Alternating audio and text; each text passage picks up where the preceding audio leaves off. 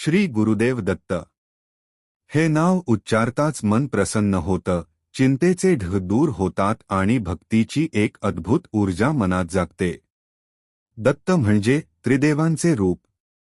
ब्रह्मा, विष्णू आणि महेश यांचं एकत्र स्वरूप म्हणजे दत्तात्रेय।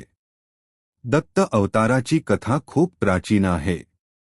अत्रि ऋषी आणि अनसूया माता यांच्या घरात जन्मलेला हा अवतार भक्तांसाठी मार्गदर्शक आणि संपूर्ण जगासाठी सद्गुणांचा दीपस्तंभ आहे।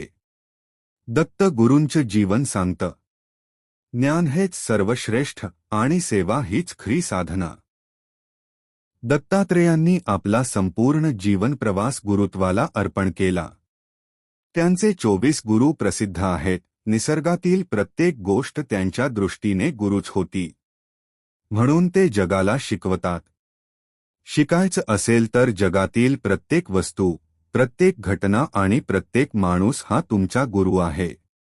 दत्त अवताराचे 3 मुख्य संदेश। सद्भावना ठेवा, सत्कर्म करा, सत्य मार्गाचा अंगीकार करा।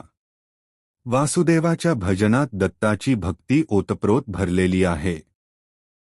विशेषतः आषाढ, पौष आणि मार्गशीर्ष महिन्यात दत्तभक्त संपूर्ण महिनाभर दत्त जयंतीसाठी उपासना करतात। दत्ताच्या चरणी अर्पण केलेली साधी प्रार्थना देखील भक्तांच्या जीवनातील क्लेश घालवते, मनातील भय दूर करते आणि घरात शांतता आणते।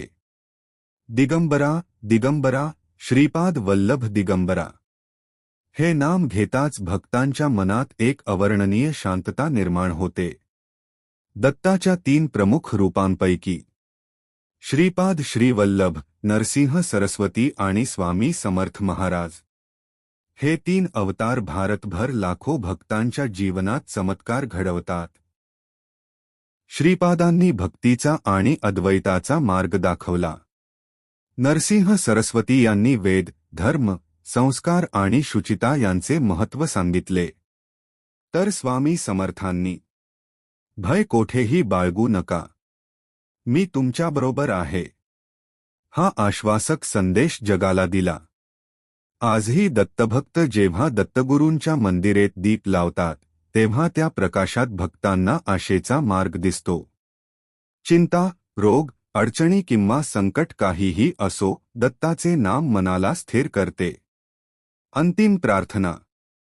हे दत्तगुरू, आमच्या मनातील अहंकार दूर करा, सद्विचार द्या, सद्गती द्या आणि आमच्या आयुष्यात सदैव तुमचा प्रकाश राहू द्या।